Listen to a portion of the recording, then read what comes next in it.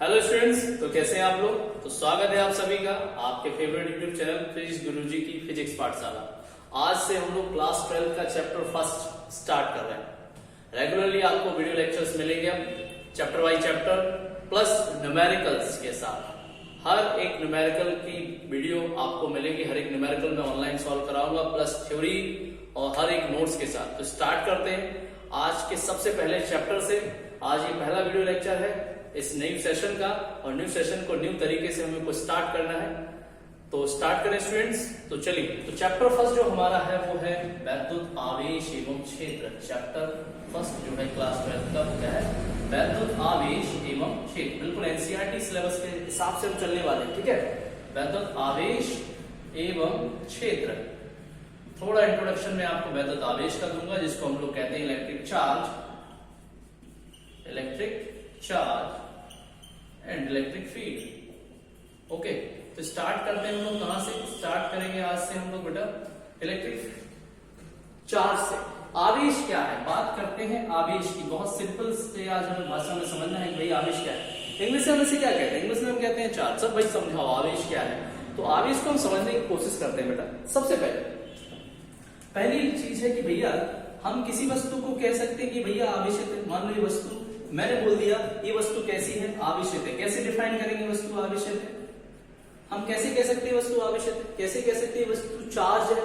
इसको चार्ज या आवेशित हम तभी कह सकते हैं जब ये अन्य वस्तुओं को आकर्षित कर रही हो। अगर ये वस्तु किसी अन्य वस्तु को क्या करती हो, आकर्षित करती हो बेटा। क्या करती हो? आकर्षित। अगर ये वस्तु किसी अन्य वस्तु को आकर्षित करती है, किसी उदासीन वस्तु को, किसी वस्तु को उदासीन वस्तु पर आकर्षित करती है, तो हम कह सकते हैं वस्तु आवेशित है। कैसी है? आवेशित है, चार्ज है, ठीक है। क्योंकि आवेशित वस्तुओं के पास बेटा ऐसा गुण होता है कि वो अन्य उदासीन या आवेशित वस्तुओं को क्या कर सकती है, आकर्षित कर सकती है या प्रतिकर्षित कर सकती है। बहुत सिंपल सा पॉइंट है, नोट कर लेना आपको। नोट क्या करना है कि यदि कोई वस्तु आवेशित है तो वह आवेशित और उदासीन वस्तुओं को अपनी ओर आकर्षित अथवा प्रतिकर्षित करने की क्या रखती है, क्षमता रखती है। उसको हम क्या कहते हैं, वो वस्तु आवेशित है। ओके, लेकिन सर आवेश क्या है? ये तो सर समझ में आ गया, चलो आवेशित वस्तु की बात है। आवेश क्या है? बात तो सर ये है ना कि हमको तो आवेश समझना है। स्टार्ट हमने किससे किया? आवेश है। चलिए उसको भी समझ लेते हैं। अब तो वो है क्या, डेफिनेशन ये तो समझ में आ गई भाई कि अगर किसी वस्तु के आवेश है, किसी वस्तु के पास क्या है बेटा? आवेश है, तो उसके अंदर आकर्षण और प्रतिकर्षण करने की क्या आ जाती है? क्षमता। प्लस एक और चीज है, अगर किसी वस्तु के पास आवेश है, किसी वस्तु के पास क्या है, मान लो सपोज करो इस वस्तु के पास आवेश है। एक वस्तु हो गई और मैंने बोल दिया कि भैया इसके पास आवेश है। क्या है? आवेश। ठीक है सर, आवेश है तो क्या हो जाएगा? अब अगर आवेश है तो सुनो, आवेश है तो ये क्या करेगा, यह वैद्युत प्रभाव, यह वस्तु क्या करेगी, वैद्युत प्रभाव और चुंबकीय प्रभाव प्रदर्शित करती है। क्या करती है? वैद्युत प्रभाव और चुंबकीय प्रभाव प्रदर्शित करती है। क्यों करती है सर? रीजन क्या है? सिंपल रीजन है भैया। अब कोई बस भाई कोई व्यक्ति गुस्से से भरा बैठा है तो गुस्सा दिखाएगा ना। सिंपल लॉजिक है, गुस्सा दिखाएगा। उसको गुस्सा है तो दिखाएगा, सिंपल चीज है भाई। वस्तु के पास आवेश है तो वैद्युत प्रभाव और चुंबकीय प्रभाव प्रदर्शित करेगा। भाई आपके पास पैसा है तो आप दिखावा करोगे ना, देखो गाड़ी खरीद ली, मोटरसाइकिल ले ली, वो क्या है? क्योंकि आपके पास पैसा है। वैसे अगर किसी वस्तु के पास आवेश है तो वैद्युत प्रभाव और चुंबकीय प्रभाव को प्रदर्शित करेगा। सिंपल लॉजिक है, ठीक है। चलिए आगे बढ़ते हैं और अब आते हैं आवेश की डेफिनेशन पर। डेफिनेशन क्या है? सिंपल है डेफिनेशन, ज्यादा नहीं। किसी वस्तु से इलेक्ट्रॉनों की कमी, क्या करते हैं? किसी वस्तु से इलेक्ट्रॉनों की कमी या अधिकता, या किसी वस्तु पर कर दे तो ज्यादा करेक्ट हो जाए। किसी वस्तु पर इलेक्ट्रॉनों की कमी या अधिकता, क्या बेटा? कमी या अधिकता क्या करती है? किसी वस्तु पर इलेक्ट्रॉनों की कमी हो जाए या अधिकता हो जाए तो किसको प्रदर्शित करती है? वस्तु के आवेश को। किसी वस्तु पर इलेक्ट्रॉनों की कमी या इलेक्ट्रॉनों की अधिकता ही वस्तु पर उपस्थित आवेश को क्या करती है बेटा? प्रदर्शित करती है। ठीक है, ये एक सिंपल डेफिनेशन थी। इसको मैं मैथमेटिकली जो इसकी मॉडर्न डेफिनेशन है, आधुनिक, उसको समझाता हूं। ठीक है, चलिए इसको हटा दीजिए। तो भाई मॉडर्न थ्योरी क्या है? मॉडर्न थ्योरी देखो बेटा बहुत सिंपल है। सपोज करो ये परमाणु हो गए, एक नॉर्मल पॉइंट है, याद रखना है आप सभी को। पॉइंट क्या याद रखना है? सभी वस्तुएं हमेशा उदासीन होती है। कैसे? सामान्य अवस्था में सभी वस्तुएं उदासीन होती हैं। क्या होती है बेटा? उदासीन। ठीक है, तो सपोज करो ये परमाणु, अब परमाणु क्या है? उदासीन। ठीक है, मान लिया सर आपकी बात, उदासीन है। अब अगर ये उदासीन है तो इस पर जितने प्रोटॉन होंगे उतने ही क्या होंगे? इलेक्ट्रॉन। किसी वस्तु को उदासीन तभी कह सकते हैं जब उस पर जितने प्रोटॉन हो या जितने इलेक्ट्रॉन हो। अगर इलेक्ट्रॉन और प्रोटॉन बराबर है तो वस्तु कैसी है? उदासीन। ठीक है सर, अब हम कैसे कहेंगे वस्तु आवेशित? मान लो मैंने कह दिया ये परमाणु आवेशित है। सर कैसे कह सकते हैं ये परमाणु आवेशित है? कोई तो कारण होगा, रीजन समझो। इसको आवेशित मैं तब कहूंगा जब इसके प्रोटॉन और इलेक्ट्रॉन बराबर ना हो। अगर किसी परमाणु के प्रोटॉन और इलेक्ट्रॉन बराबर नहीं है तो क्या है? वस्तु कैसी है? आवेशित है। बिल्कुल सिंपल पॉइंट। अगर वस्तु पर प्रोटॉन और इलेक्ट्रॉनों की संख्या बराबर तो वस्तु उदासीन। प्रोटॉन इलेक्ट्रॉन की संख्या बराबर नहीं है तो वस्तु पर क्या है? आवेश उपस्थित है। परमाणु पर आवेश उपस्थित है। बिल्कुल टेंशन लेने वाली बात ही नहीं। ठीक है, अब सर आवेश को परिभाषित कीजिए। तो सिंपल है, क्या है? आवेश को परिभाषित करना है तो इलेक्ट्रॉनों और प्रोटॉनों, इसको ऐसे लिखते हैं। प्रोटॉनों की संख्या को हमने क्या मान लिया? Np। यहां प्रोटॉनों की संख्या को मैंने क्या माना? Np। Np is number of proton, Ne is number of electron. Ne क्या है? Number of electrons. तो Np प्रोटॉनों की संख्या, Ne इलेक्ट्रॉनों की संख्या। इनका जो अंतर होता है और इलेक्ट्रॉन का जो आवेश होता है उनका गुणनफल ही क्या कहलाता है? किसी वस्तु पर या किसी परमाणु पर आवेश की मात्रा।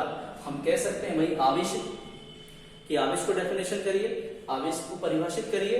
तो किसी भी परमाणु पर प्रोटॉनों और इलेक्ट्रॉनों की संख्या का अंतर और एक इलेक्ट्रॉन का आवेश का जो गुणनफल होता है वो वस्तु के आवेश को क्या करता है? प्रदर्शित करता है। इसको अगर मैं फॉर्मूला वाइज लिखूं तो इसको ऐसे लिखा जा सकता है, क्योंकि चूंकि आपका क्या कहते हैं कि आवेश है उसको किससे प्रदर्शित किया जाता है बेटा? क्यू से। आवेश को किससे प्रदर्शित करते हैं? क्यू से। कुछ बेसिक पॉइंट। मात्रा क्या होता है? कूलम। इसका मात्रा क्या होता है? कूलम। फॉर्मूला क्या बन जाएगा भाई? फॉर्मूला बन जाएगा Q is equals to N into E। अब ये N क्या है? N रिप्रेजेंट करेगा कितने इलेक्ट्रॉनों की कमी हुई या कितने इलेक्ट्रॉनों की अधिकता। सिंपल, अभी मैं समझाऊंगा, परेशान ना हो। N क्या बताएगा? इलेक्ट्रॉनों की कमी, कितने इलेक्ट्रॉनों की कमी हुई या कितने इलेक्ट्रॉनों की क्या हुई है? अधिकता। कितने इलेक्ट्रॉनों की कमी हुई है या कितने इलेक्ट्रॉनों की अधिकता हुई है, हमें कैसे प्रदर्शित करेंगे? N से। ओके, N हमको पता चल जाएगा, मैं कैलकुलेट कर लूंगा। अब इसी के आधार पर मैं कुछ पॉइंट्स बताता हूं आवेश से संबंधित। ठीक है, समझिएगा ध्यान से। इसको चाहे तो आप नोट कर ले फटाफट। सिंपल लॉजिक है। Q बराबर Ne। Q से हम आवेश को प्रदर्शित करते हैं और कूलाम इसका क्या होता है? मात्रा होता है। ठीक है, आगे बढ़े।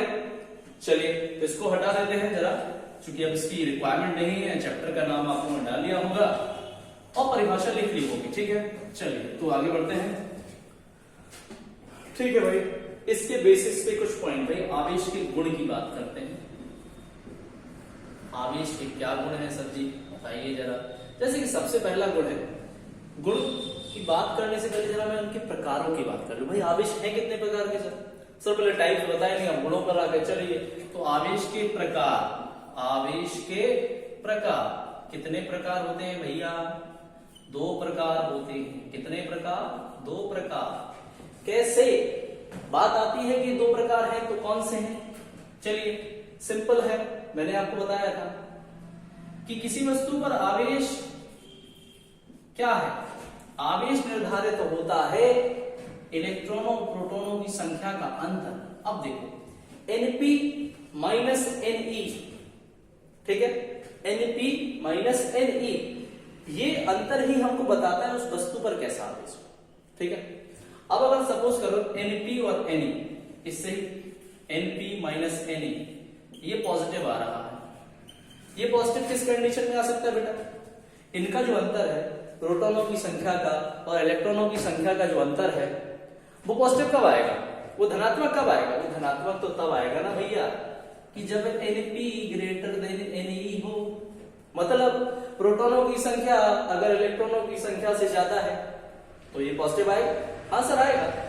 तब वस्तु पर कैसा आवेश होगा? वस्तु पर धनावेश होगा। क्या होगा? वस्तु पर धनावेश होगा। क्लियर है सर? क्लियर हो? ये बोलो हाँ या ना? क्लियर हो जाएगा ना? क्लियर हो भी जाएगा। अगर प्रोटॉनों की संख्या और इलेक्ट्रॉनों की संख्या का अंतर एक धनात्मक संख्या आ रही है तो वस्तु पर कैसा आवेश? धनावेश। और इस स्थिति को प्रकट करने के लिए प्रोटॉनों को हमेशा इलेक्ट्रॉनों की संख्या से ज्यादा होना चाहिए। क्लियर है ना भाई? बिल्कुल सिंपल पॉइंट है, ज्यादा टेंशन लेने वाली बात है ही नहीं। अब अगर ये वैल्यू नेगेटिव आ रही है, अगर इलेक्ट्रॉनों की संख्या और प्रोटॉनों की संख्या का अंतर क्या रहा? नेगेटिव। क्या रहा भैया? नेगेटिव आ रहा है। तो नेगेटिव कौन से केस में आ सकता है? सर जी इतनी गणित तो हमको आती है, नेगेटिव तो तभी आ सकता है जब ये वैल्यू कम हो। तो Np का मान अगर Ne से कम है, Np का मान बेटा क्या है? Ne से कम। कहने का मतलब है प्रोटॉनों की संख्या इलेक्ट्रॉनों की संख्या से क्या है? कम है। प्रोटॉनों की संख्या इलेक्ट्रॉनों की संख्या से अगर कम है तो वस्तु पर कैसा आवेश होगा? ऋण आवेश होगा। सर जी बहुत अच्छी बात है सर, दो चीजें समझ गए, ठीक है, बहुत बढ़िया। अब मान लो सब दोनों ही बराबर था तो वही केस जो स्टार्टिंग में बताया था कि अगर दोनों ही बराबर हो गए तो ये क्या आ जाएगा? आवेश शून्य।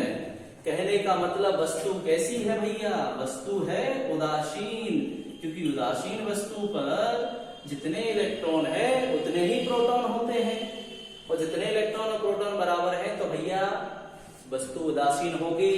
ठीक है, प्रकार हो गए। आई होप आपको समझ में आ गए होंगे। कोशिश भैया यही है अपनी कि आप लोगों को अच्छे से समझ में आए। ठीक है, चलिए तो आगे बढ़े। ठीक है, गुणों की बात करते हैं। बहुत बढ़िया, आई होप समझ में आया होगा आप सभी को। कोशिश मेरी यही है कि समझ में आए जल्दी जल्दी। चलिए गुणों की बात करते हैं। सर जी बताओ भैया आवेश के गुण क्या है? आवेश के गुण ज्यादा डिटेल में जाने की आवश्यकता नहीं है, ठीक है, पहले बेसिक क्लियर होना चाहिए। तो आवेश के गुण, चूंकि दो आवेश हैं तो सजातीय क्या है सर जी? सजातीय। सजातीय क्या होते हैं भैया? सजातीय का मतलब होता है एक ही जाति के। भैया जैसे मैं पांचाल हूं तो दो पांचाल यानी सजातीय। कोई ब्राह्मण है तो दो ब्राह्मण तो सजातीय है। ठीक है, जैसे अपने यहाँ का जो सिस्टम है विवाह का सिस्टम आप सभी को पता है, तो हम लोग अपनी जाति में ही विवाह करते हैं। सजातीय मतलब हमारी जाति का ही व्यक्ति होना चाहिए या लड़की होनी चाहिए तभी शादी होगी। ठीक है, सजातीय विवाह ही हमारे यहाँ प्रचलित है भाई। जो हमारी प्रथा है हिंदू धर्म है उसमें सजातीय विवाह होता है, मतलब एक ही जाति के परिवार होने चाहिए, उन्होंने ही क्या है विवाह संबंध बन सकता है। क्लियर है? सजातीय का मतलब जैसे कि दो प्लस प्लस ये क्या है? सजातीय है, इनकी जाति एक है, या दो माइनस माइनस। भाई हम अपनी सोसाइटी की बात करते हैं तो हमारी सोसाइटी में यही प्रचलित है। तो या तो दोनों प्लस प्लस हो या दोनों माइनस माइनस, तो इनके बीच हमेशा क्या लगता है? प्रतिकर्षण। कैसा बल? प्रतिकर्षण बल। हमेशा कैसा बल लगता है? प्रतिकर्षण बल लगता है। मतलब एक दूसरे को अपोज करते हैं। अपोज मतलब धक्का देते हैं, विरोध करते हैं। अपोज मतलब क्या होता है भैया? ये विरोधी बल है, एक दूसरे को धक्का देते हैं। चलो सिंपल। लेकिन अगर आवेश विजातीय हुए तो भैया ये वाली प्रथा अभी अपने यहाँ ज्यादा प्रचलित नहीं है, तो ज्यादा हीरो ना बने। विजातीय आवेश क्या है? विजातीय आवेश मतलब दूसरी जाति। अब भैया कभी कभार होता क्या है कि कुछ लोग दूसरी जाति में विवाह कर लेते हैं, जिसको हम लोग भैया लव मैरिज का नाम देते हैं, लेकिन बट कहना नहीं चाहिए। ठीक है, स्टूडेंट है तो अगर प्लस और माइनस है, प्लस माइनस विजातीय। विजातीय मतलब जाति से हटके। ठीक है, जाति से हटके जब हम बात करते हैं तो ये चूंकि देखो धनावेश है उसकी धनात्मक प्रकृति है, ऋणावेश उसकी नेगेटिव प्रकृति है, तो ये दोनों क्या है? विजातीय हैं, इनकी एक ही जाति नहीं है। तो विजातीय आवेशों के मध्य क्या होता है? आकर्षण। तो भैया जहां आकर्षण है, और आकर्षण का मतलब ही क्या होता है? आकर्षण जहां प्रेम होता है वहीं आकर्षण होता है। ठीक है, या आकर्षण होता है पहले तभी प्रेम होता है। इसीलिए विजातीय आवेशों के मध्य क्या लगता है भैया?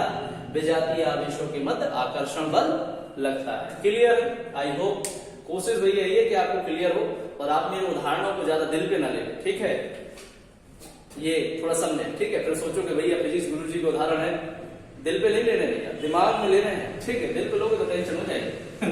चलिए आगे बढ़ते हैं। नेक्स्ट है सजातीय विजातीय हो गया है, तो आवेशों के गुण में एक दूसरा गुण योज्यता का गुण। क्या सा गुण भैया? योज्यता का गुण। अब सर जी ये क्या चीज है? योज्यता का गुण समझ में नहीं आया। सिंपल है भैया, कोई निकाय है, सपोज करो यहां पर आवेश है Q1, इधर है प्लस का Q2, ये माइनस का Q3, Q4 और ऐसे बहुत सारे आवेश। अब योज्यता का गुण कहता है कि इसी निकाय का आवेश, हमसे कहा जाए भैया इस निकाय पर कितना आवेश है सर जी, तो निकाय का आवेश क्या होगा? तो चूंकि आवेश क्या है भैया? एक अदिश राशि। आवेश क्या है नहीं बताया तो ध्यान रखो, आवेश कैसी राशि है? अदिश राशि। कैसी राशि है बेटा? अदिश राशि। और कोई भी अदिश राशि को जब जोड़ते हैं तो बीजगणितीय योग का पालन करती है। क्या करती है भैया? बीजगणितीय योग, ठीक है। तो भैया निकाय का आवेश क्या हो जाएगा? तो निकाय का जो टोटल आवेश लिखेंगे Q नेट, ये अपना हो जाएगा Q1 प्लस Q2। चिन्ह का ध्यान रखते हैं, जब भी अदिश राशियों को जोड़ते हैं तो उनके चिन्ह का ध्यान रखना पड़ता है भैया, ध्यान रखना। माइनस Q3 प्लस का Q4, ये आपका आ गया योज्यता का गुण, यानी आवेश जुड़ जाते हैं। आवेश में आवेश आपस में क्या होते हैं? जुड़ जाते हैं। इसलिए निकाय का आवेश टोटल कितना होगा? Q1 plus Q2 minus Q3 plus Q4। For example अगर ये दिया 2 कूलाम, ये दिया 3 कूलाम, ठीक है, ये दिया 2 कूलाम बट माइनस का, और ये दिया 1 कूलाम, ठीक है। तो टोटल आवेश कितना आएगा? 2 प्लस 3 5 और 1 6, 6 में से 2 गया तो नेट आवेश आ जाएगा सर जी 4 कूलाम। क्लियर है? 4C। बहुत लोगों को 4G याद आ रहा होगा, 4G से शायद कुछ याद आ रहा होगा। चलिए उसको आगे बढ़ते, कोई बात नहीं, ठीक है। तो योज्यता का गुण समझ गए भैया? किसी निकाय का आवेश उस निकाय में उपस्थित सभी आवेशों के बीजगणितीय योग के बराबर होता है। आप बोल रहे होंगे सर जी लिख दो, भैया लिख नहीं सकता, लिखने में बहुत टाइम जाएगा। ध्यान से सुनो डेफिनेशन, आपकी लिसनिंग स्किल्स भी बढ़ाइए।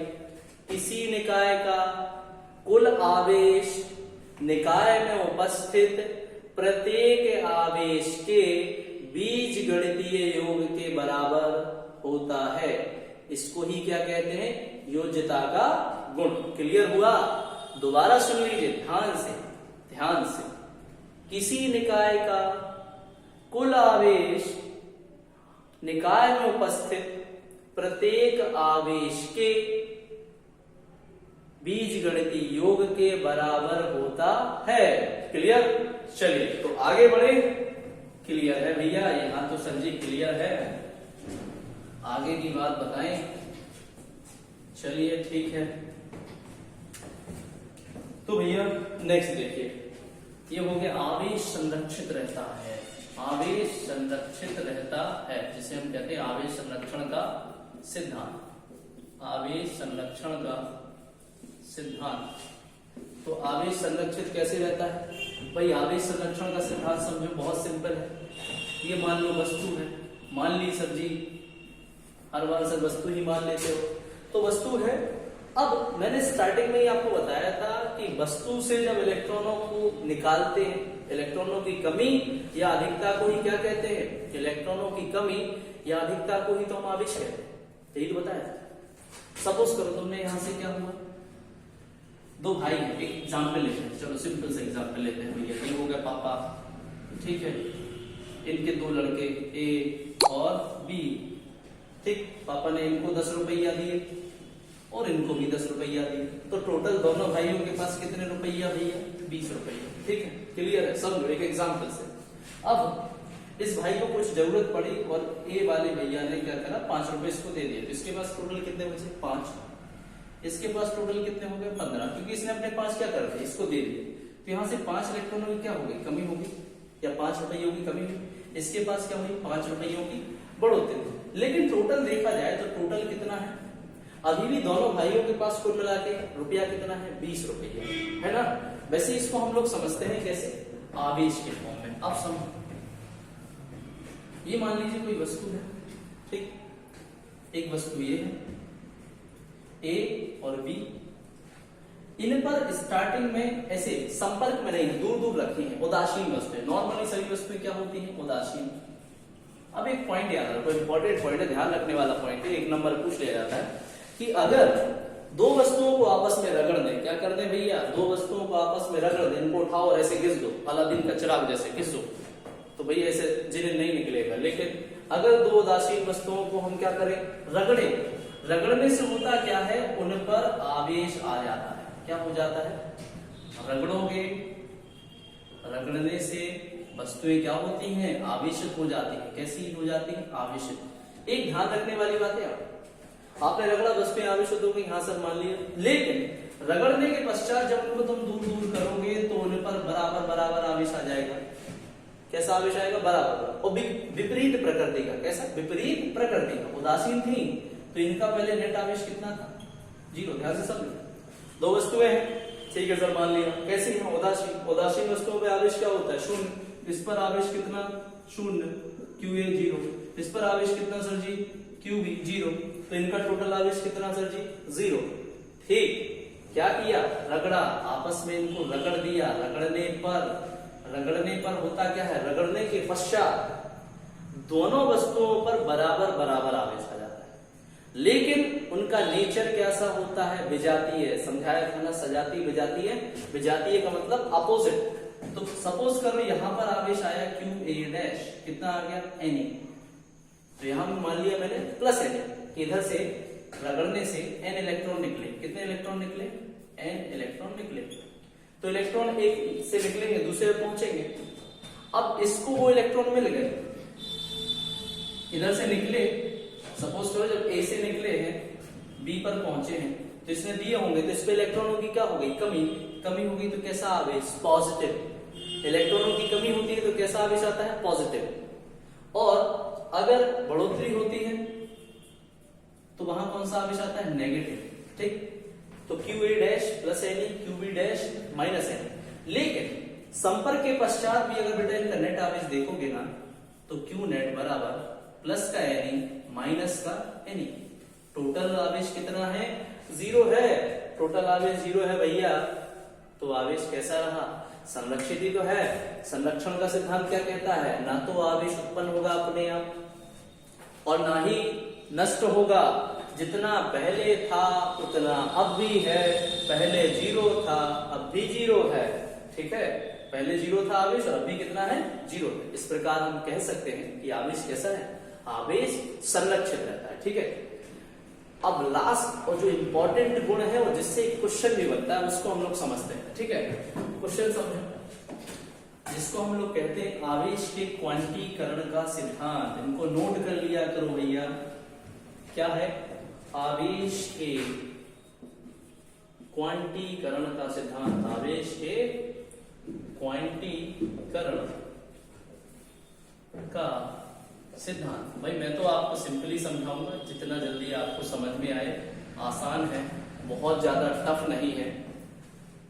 देखिए भैया क्या है क्वांटीकरण का सिद्धांत? कहता है कि किसी भी वस्तु पर आवेश, ये मान लो जी कोई वस्तु है बेटा, ठीक है। अब इस वस्तु पर जो आवेश होता है, थ्योरी, किसी वस्तु पर जो आवेश होता है वो मूल आवेश का पूर्ण गुणज होता है। क्या होता है? किसी वस्तु पर आवेश मूल आवेश का पूर्ण गुणज होता है। किसी वस्तु पर जो आवेश होता है वो पूर्ण आवेश, मूल आवेश का क्या होता है? पूर्ण गुणज। अब सर एक कंफ्यूजन है, सबसे पहले तो हमको मूल आवेश बता दीजिए। तो मूल आवेश क्या है? सबसे सूक्ष्म ज्ञात आवेश। एक लाइन में, ज्यादा डिटेल में नहीं, बेसिक, सबसे बेसिक लाइन है, सबसे सूक्ष्म ज्ञात आवेश। क्या है? सबसे सूक्ष्म ज्ञात आवेश। सबसे छोटा जो आवेश हमको ज्ञात है उसको ही हम क्या कहते हैं? मूल आवेश। और ऐसा कौन सा आवेश है भैया जो सबसे छोटा है? वो आवेश है इलेक्ट्रॉन का। किसका? इलेक्ट्रॉन का आवेश। इलेक्ट्रॉन का आवेश सबसे क्या है? छोटा है और हमें ज्ञात है। अभी इससे छोटा आवेश हमको ज्ञात नहीं है, इसको ही हम क्या कहते हैं? मूल आवेश। तो क्वांटीकरण का सिद्धांत कहता है किसी वस्तु पर जो आवेश उपस्थित होता है वो मूल आवेश का क्या होता है, पूर्ण गुणज। मूल आवेश का पूर्ण गुणज। मान लिया किसी वस्तु पर उपस्थित आवेश कितना, Q। इलेक्ट्रॉन के आवेश को क्या कहते हैं बेटा, इलेक्ट्रॉन का आवेश होता है E। इलेक्ट्रॉन के आवेश को हम किससे रिप्रेजेंट करते हैं, स्मॉल e से। और डेफिनेशन क्या है, इलेक्ट्रॉन का आवेश ही क्या कहलाता है, मूल आवेश। अब जैसे मैंने बोला कि भैया जो 8 है वो 2 का पूर्ण गुणज है। कैसे सर जी, मैथमेटिकल की बहुत सिंपल सी भाषा है। ये 8 है, ये 2 का पूर्ण गुणज है। 2 का पूर्ण गुणज मतलब 2 का 4 गुना है। कैसे, ऐसे लिखेंगे, 2 का कितने गुना है, 4 गुना। ये 4 क्या हो गया, n। ठीक, क्लियर है ना। अब अगर ये मान ले लिखें 8 क्या है, 4 का 2 गुना, तो n की वैल्यू कितनी हो गई, 2। बदलता ये है कितने गुना है। तो भैया इलेक्ट्रॉन का आवेश, रिपीट करते हैं, जो वस्तु का आवेश होता है वो इलेक्ट्रॉन के आवेश का n गुना या मूल आवेश का n गुना हो। मूल आवेश क्या है भैया, मूल आवेश सर इलेक्ट्रॉन का आवेश ही तो है। तो इलेक्ट्रॉन का आवेश क्या हो गया, मूल आवेश। कितने गुना है इसका, n गुना, जिसको ही हम क्या कहते हैं, n हमारा क्या है, एक पूर्ण गुणज। पूर्ण गुणज क्या है, यहाँ पर पूर्ण गुणज है, तो जिसकी वैल्यू 0, 1/2, 3/2, 0.4 ऐसी वैल्यू नहीं हो सकती, कभी नहीं हो सकती। क्यों, क्योंकि अगर इलेक्ट्रॉन निकलेगा तो पूरा निकलेगा, आधा नहीं निकलेगा। ठीक है, सीधी सी बात है। कभी कभी मम्मी मान लो मंदिर जाती है, कहती है प्रसाद दो, तुमको एक ही लड्डू चाहिए, नहीं आधा नहीं चाहिए, एक ही चाहिए। हमें करनी चाहिए, हमको दे दो, नहीं तो हमको चाहिए नहीं। तो वैसे ही अगर किसी वस्तु से इलेक्ट्रॉन निकलेंगे तो 1 निकलेंगे, 2 निकलेंगे, 2.5 नहीं निकलेगा, 3.5 नहीं निकलेगा, 0 नहीं निकलेगा, हमेशा पूर्ण संख्या के रूप में 2, 3, 4, 100, 200, 250। लेकिन 2.5 नहीं हो सकता, 2.5 नहीं हो सकता, 1/2 नहीं हो सकता। मतलब क्या है कि n का मान जो n है वो एक पूर्ण संख्या होनी चाहिए। और भैया इतना तो हमको ज्ञान है ही कि 0 पूर्ण संख्या नहीं होता, ठीक है ना। ये भिन्न वाली संख्या पूर्ण संख्या नहीं होती, दशमलव वाली संख्या पूर्ण संख्या नहीं होती। इसीलिए कहते हैं किसी वस्तु पर उपस्थित आवेश मूल आवेश का पूर्ण गुणज होना चाहिए।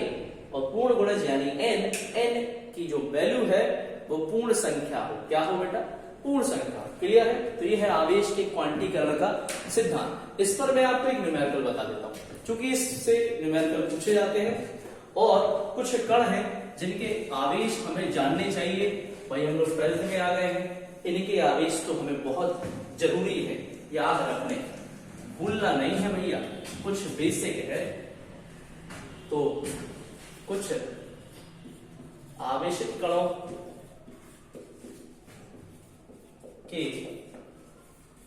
आवेश के परिमाण, आवेश के परिमाण। फॉर एग्जाम्पल सबसे पहले पूछा जाता है इलेक्ट्रॉन का आवेश। भाई QE क्या है, Q को हम क्या कहते हैं, आवेश। मैं पहले बता चुका हूं Q क्या है भैया, आवेश है। रिप्रेजेंटेशन सीखिए, हमको इंग्लिश सीखनी थी तो हमने ABCD सीखी, हमको हिंदी सीखनी थी तो हमने छोटा बड़ा सीखा, हमको फिजिक्स सीखनी तो भैया थोड़ा सा ये सिंबल सीखिए। Q क्या है, आवेश। E क्या है, इलेक्ट्रॉन। तो इलेक्ट्रॉन का आवेश कितना, 1.6 10 to the power -19 कूलम।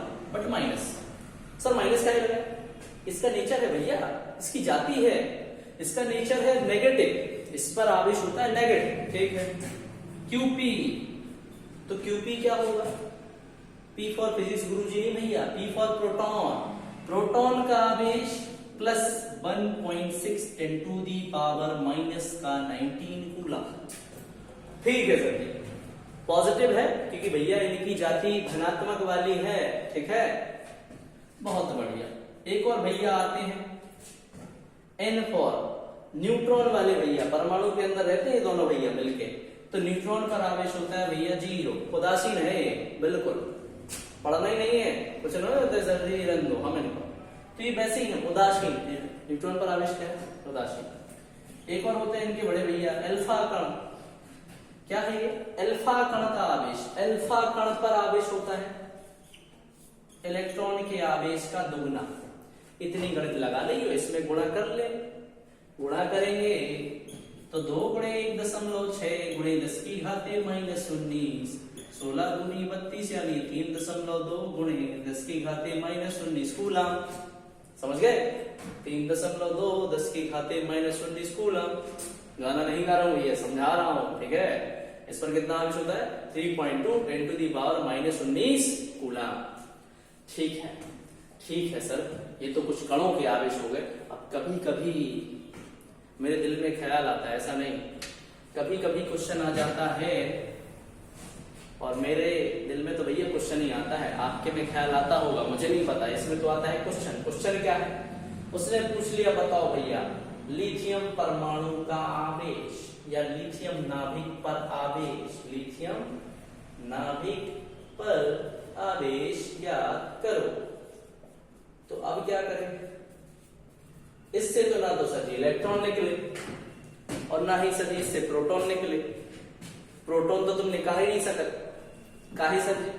क्योंकि भैया प्रोटॉन इस दुनिया के सबसे शक्तिशाली बल के द्वारा नाभिक के अंदर रखे हुए हैं। अब तुम्हें उसको निकालना है तो उससे शक्तिशाली बल लगाना पड़ेगा।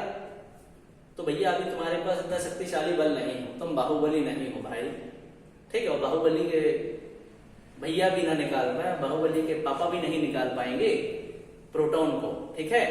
तो नाभिक पर जब तुम्हें आवेश निकालना है तो लॉजिक फॉर्मूला याद रखो, क्वेश्चन आ जाए। सोडियम नाभिक पर निकालो, लिथियम नाभिक पर निकालो, हाइड्रोजन नाभिक पर निकालो, किसी भी नाभिक पर निकालो आवेश, किसी भी नाभिक का। तो क्यू नाभिक बराबर क्या होता है? Z इंटू ई। भूलना नहीं, Z फॉर जेबरा नहीं भैया, Z फॉर परमाणु क्रमांक। थोड़ी बहुत केमिस्ट्री तुमको आती है, मैं ऐसा मान रहा हूं। ऐसा मैं मानूं या ना मानूं ये तुम जानो भैया, लेकिन मुझे लगता है तुमको आता है। Z क्या है? परमाणु क्रमांक है भैया, परमाणु क्रमांक। अब लिथियम का परमाणु क्रमांक याद है क्या भैया? हाँ सर जी याद है, थोड़ा थोड़ा याद आ रहा है। लिथियम का परमाणु क्रमांक होता है Z इक्वल टू 3, और यहां अगर मल्टीप्लाई कर दोगे तो लिथियम नाभिक पर आवेश क्या आ गया? 3 इलेक्ट्रॉनों के आवेश के बराबर। लिथियम नाभिक पर जो आवेश होता है वो 3 इलेक्ट्रॉनों के आवेश के क्या है भैया? बराबर। समझ में आ गया? आया कि नहीं आया? बिल्कुल आ गया होगा, ठीक है।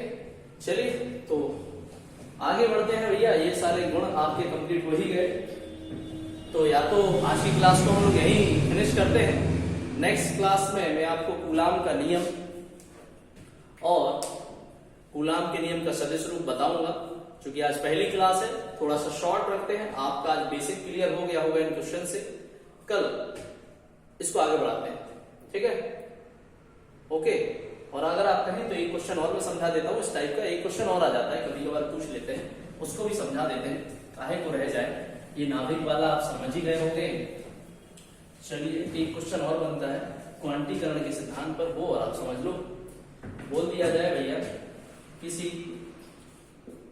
वस्तु पर 10 की घाते -6 कूलाम आवेश उपस्थित है। कितना आवेश है? 10 की घाते -6 कूलाम आवेश उपस्थित है, ठीक है। तो वस्तु पर कितने इलेक्ट्रॉनों की कमी हुई? कितने इलेक्ट्रॉनों की कमी हुई?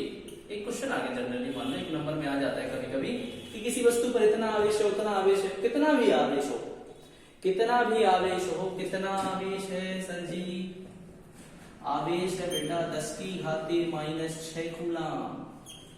कुछ भी हो सकता है, ये फिक्स नहीं है। फिर तुम सोचो नहीं सर ये इतना ही हो, 10 की घाते -3 कूलाम हो सकता है भैया, 10 की घाते -8 हो सकता है, 2 हो सकता है, 20 हो सकता है, कुछ भी हो सकता है, ठीक है। जितना दिया जाए तो कितना आवेश है? इतना। कितने इलेक्ट्रॉनों की कमी हुई? अब ये बेटा इलेक्ट्रॉनों की कमी हुई या इलेक्ट्रॉनों की अधिकता, ये कैसे पता चलेगा? अरे तो भैया बता चुका हूं, कमी होगी तो धनावेश होगा, अधिकता होगी तो ऋणावेश होगा। अब यहाँ सिंबल तो लगा नहीं, मान लो प्लस है, तो स्वाभाविक है इलेक्ट्रॉनों की कमी हो रही होगी। कमी होने पर ही तो पॉजिटिव चार्ज आता है ना। ठीक, हमको क्वांटीकरण का सिद्धांत पता चल चुका है सर जी। क्वांटीकरण के सिद्धांत से किसी वस्तु का आवेश उससे निकाले गए इलेक्ट्रॉनों के n गुना होता है। ठीक है सर जी। तो थोड़ी सी गणित आती है, चूंकि Q बराबर n, इसलिए n बराबर क्या होगा, Q अपॉन E। क्या होगा भैया, Q अपॉन E। Q क्या है, 10 to the power sir ji 6। ठीक है भैया। E की value 1.6 minus 10 to the power minus 19, क्योंकि इसका मान है फिक्स। ध्यान रखना, पावर को ऊपर पहुंचा दो तो जब पावर ऊपर जाती है तो अपना रूप बदल लेती है, अपनी जाति ही बदल लेती है। माइनस की पावर क्या हो जाएगी, प्लस की। ठीक है, बटे क्या बचा 1.6। अब माइनस की 6 पावर प्लस की 19 पावर, कितनी पावर बची भैया, पावर बची 10 की पावर 13, 10 की घाते 13 और 1 अपॉन 1.6। अगर इसको सॉल्व करें तो आएगा 6.25 10 टू दी पावर 12। कैसे आ गया सर, दशमलव हटा दो भैया, समझा दे तुमको। तो 10 बटे 16। ठीक है, 2 से काट दो 8 बार, 2 से काट दे 5 बार, तो 5 बटे 8 आया। सर ऐसे ना समझाओ, तो 5 बटे 8। और अगर भैया इसका भाग कर दे तो 8 6 48, क्योंकि 5 में तुम भाग तो दे नहीं सकते, तो हम एक जीरो बढ़ा देंगे तो यहाँ एक दशमलव लग जाएगा। तो 6.25 10 टू दी पावर 12 ये आ गया आवेश। इस प्रकार का भी अगर एक क्वेश्चन आ जाए तो आप कर लेंगे। आपके लिए एक होमवर्क में मैं क्वेश्चन छोड़ दे रहा हूं, ये आप कर लेना। ठीक है, चलिए थोड़ा सा इजी वाला कर देते हैं। 3.2 10 टू दी पावर माइनस का 12 कूलम किसी वस्तु पर आवेश है। तो भैया होमवर्क में आप इस क्वेश्चन के इससे वस्तु से निकाले गए इलेक्ट्रॉनों की गणना कर लेना। ठीक है, इतना काम कर लेना। और एक और कर लेना, Li प्लस से ये नाभिक है Li प्लस, इस नाभिक का आवेश क्या है, ये दोनों क्वेश्चन होमवर्क में, और इनके आंसर अगर आ जाए तो कमेंट बॉक्स में लिख देना। आज की क्लास को खत्म करते हैं। आई होप आपको काफी कुछ समझ में आया होगा। तो अगर समझ में आ गया भैया तो लाइक और शेयर कर देना, अदरवाइज ठीक है, चल ही रहा है अपना काम। ओके, तो thank you students for taking this class. मिलते हैं नेक्स्ट लेक्चर में कूलाम के नियम और कूलाम के नियम के सदिश रूप के साथ। Okay, bye bye, good night.